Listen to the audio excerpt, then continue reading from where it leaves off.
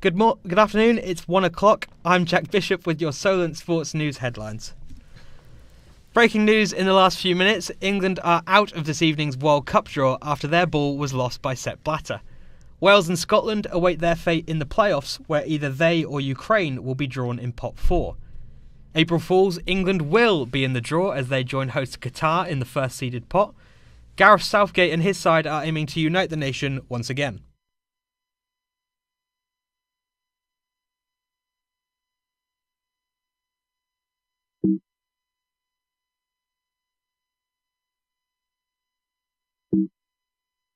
We all watched as kids, we all filled our war charts out, we all hoped and followed when England were there that we would do well, and it's a unique chance to make history.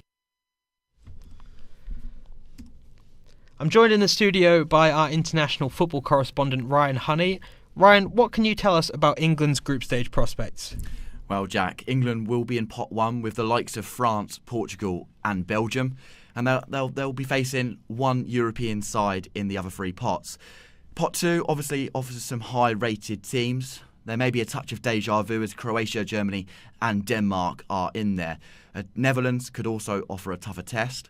Pot 3, all at the 2018 World Cup, the likes of Japan, Serbia and South Korea, as Heung-min Son fired them through the qualifying stages. AFCON champion Senegal, also a possibility. Pot 4, one of Wales, Scotland and Ukraine, so a UK-based clash could be on the cards. Meanwhile, Canada are in the World Cup for only the second time in their history. Thanks very much for that, Ryan. Russian Football Union representative Alexei Sakharin is adamant his country should be able to qualify for the World Cup in Qatar.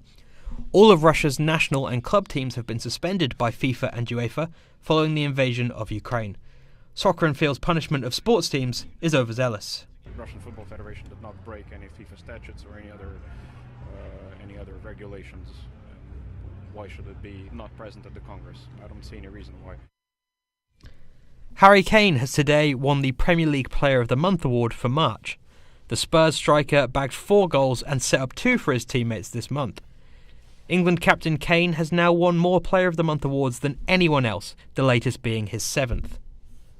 Bruno Fernandes signed a new contract with Manchester United this morning. The Portuguese midfielder penned a 4-year deal that moves him into United's top 3 highest earners. The Premier League returns this weekend as Southampton travel to Leeds. Saints boss Ralph Hasenhüttl faces fellow former Red Bull Salzburg manager Jesse Marsch for the first time. The Austrian believes a top 10 finish would be beneficial in attracting new players in the summer. I think it makes a big difference if you end up in a top 10 position. You see what with good performances you can achieve, even if you are playing with us. And yeah, this is good to watch. We had this week a lot of players out in international games and did a good job. And this is very important for the players. Who's up next? Looking ahead to next season, the league's clubs have agreed to return to the 5-sub rule introduced during Project Restart. 9 players can be named on the bench, with 5 allowed to be used at up to 3 intervals. England women have reached the final of the Cricket World Cup and will face New Zealand. They have Sophie Eccleston to thank after the 22-year-old claimed 6 wickets as they thrashed South Africa. Teammate Anya Shrubsole believes people shouldn't have written England off so early in the tournament. Form right now looks really good. I think at the start of the tournament we were pretty average. Dropping a lot of catches, not bowling how we wanted to, not batting how we wanted to.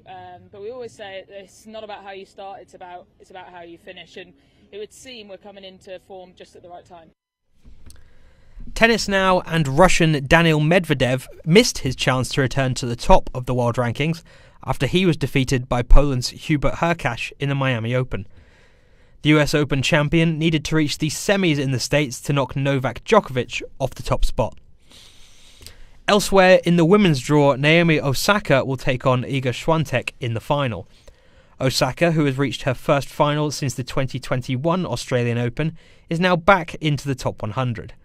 Her opponent, Swiatek, has put together a 17-match winning streak since winning Indian Wells last week. Over to golf, Bournemouth's Georgia Hall is in contention at the Chevron Championship. The 25-year-old who won the 2018 Women's Open went 4 under par in the opening round. Formula One boss Stefano Domenicali has today defended the decision to hold the new Las Vegas race on a Saturday night.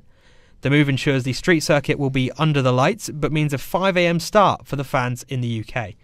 The new race will debut in the 2023 F1 season. In the last few minutes, the semi-final of the Snooker Tour Championship has gotten underway. Ronnie O'Sullivan, who will end the week as world number 1, faces defending champion Neil Robertson in a repeat of last year's final. Wrestling legend The Undertaker will be inducted into the WWE Hall of Fame tonight. The ceremony comes before a WrestleMania doubleheader over the weekend.